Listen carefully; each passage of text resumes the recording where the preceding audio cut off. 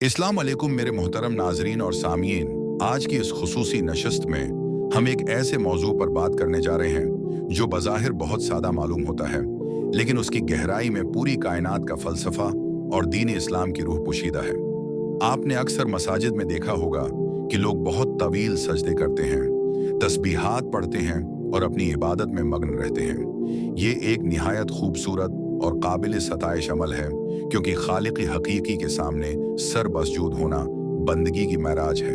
लेकिन क्या कभी हमने सोचा है कि जब वही इंसान सजदे से सर उठाता है और मस्जिद की दहलीज से बाहर कदम रखता है, तो उसका रवैया अपने इर्द-गिर्द के इंसानों के साथ कैसा होता है? क्या उसके सजदों की तवालत उसके अखलाक की बुलंदी में भी नजर आती है? आज का हमारा उन्वान यही है कि अपने सजदे लंबे करने से पहले अपने अखलाक लंबे करें, क्योंकि क़ियामत के दिन मैज़ान अदल में सबसे भारी चीज़ जो तोली जाएगी वो आपकी लंबी नमाजें या कसरत नफली रोज़े नहीं, बल्कि आपका हुस्न अखलाक होगा।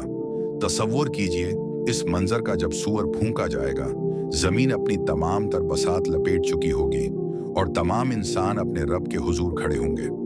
वहाँ न माल काम आएगा, न मनसिब और ना ही वो ज़ाहिरी पारसाई जिसका हम दुनिया में ढंडोरा पीटते रहे थे। वहाँ सिर्फ एमाल का वजन होगा। इहादीसी मुबारका की रोशनी में हमें ये हकीकत मिलती है कि अल्लाह ताली के नज़दीक सबसे महबूब बंदा वो है जिसका अखलाक सबसे अच्छा है। रसूल अल्लाह ने अरशाद फरमाया कि तुम में से मेरे सबसे करीब वो होगा जिसके अखलाक सबसे बेहतर होंगे। ये कलमात हमें झंझोड़ने के लिए काफ़ी हैं कि अगर हम नमाजें तो पढ़ रहे हैं, लेकिन हमारी ज़बान से हमारे पड़ोसी महफूज नहीं। अगर हम हज तो कर रहे हैं, लेकिन हमारे हाथ से दूसरे का माल सलामत नहीं। और अगर हम रोजे तो रख रहे हैं, लेकिन हमारा रवैया अपने मुलाजमीन या मातहतों के साथ जालमाना है, तो हमें अपने ईमान की बुनियादों पर नजर सानी करने की जरूरत है। हसन अखलाक दरअसल इस जौहर का नाम है जो इंसान के अंदरूनी निज़ाम को दुरुस्त करता है। ये सिर्फ मुस्कुराने या नरमी से बात करने का नाम नहीं है, बल्कि ये एक मुकम्मल तर्ज जिंदगी है। ये ऐसार है, ये दरागुजर है, ये दूसरे के दुख को अपना दुख समझना है। सजदे की तवालत अल्लाह से कुर्बत का जरिया है, जबकि अखलाक की तवालत अल्लाह की मखलूक से मोहब्बत का जरिया है। और याद रखिए, खालिक तभी राजी होता है जब उसकी मखलूक आपसे राजी हो। हुकूकुल्लाह में कमी को तो अल्लाह अपनी रहमत से मुआफ फरमा सकता है, लेकिन हुकूकुल इबाद में की गई ज्यादती तब तक मुआफ नहीं होगी जब तक वो बंदा मुआफ न कर दे। यही वो नुक्ता है जहां हमारे अखलाक की अहमियत वाज़ेह होती है। क़ियामत के दिन जब एमाल नामे पेश किए जाएंगे, तो कई लोग ऐसे होंगे जिनके पास पहाड़ों जितनी नेकियां होंगी, लेकिन उनके अखलाक की कमजोरी की वजह से वो नेकियां इन लोगों को दे दी जाएंगी जिनके साथ उन्होंने दुनिया में बदतमीजी की होगी या जिनका दिल दिखाया होगा। यहाँ तक कि वो शख्स बिल्कुल खाली हाथ रह जाएगा। ये मफलुस की वो तारीफ है जो खुद हुजूर इकरम ने बयान फरमाई। तो क्या फायदा इन लंबे सजदों का जो हमें एक अच्छा इंसान न बना सकें?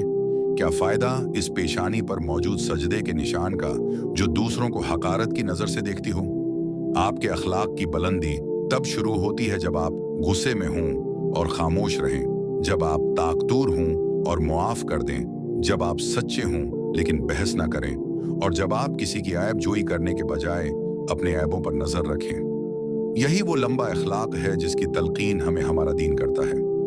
आइए आज से एक अहद करें, अपनी इबादतों में खुशुआ व खुजुआ तो पैदा करें ही, लेकिन अपने रवियों में नरमी और मोहब्बत भी पैदा करें। अगर आप चाहते हैं कि कुल क़ियामत के दिन आपका पिला भारी हो, तो आज से ही अपने अखलाक को संवारना शुरू कर दें। किसी टूटे हुए दिल को जोड़ना 100 नफलों से बेहतर हो सकता है।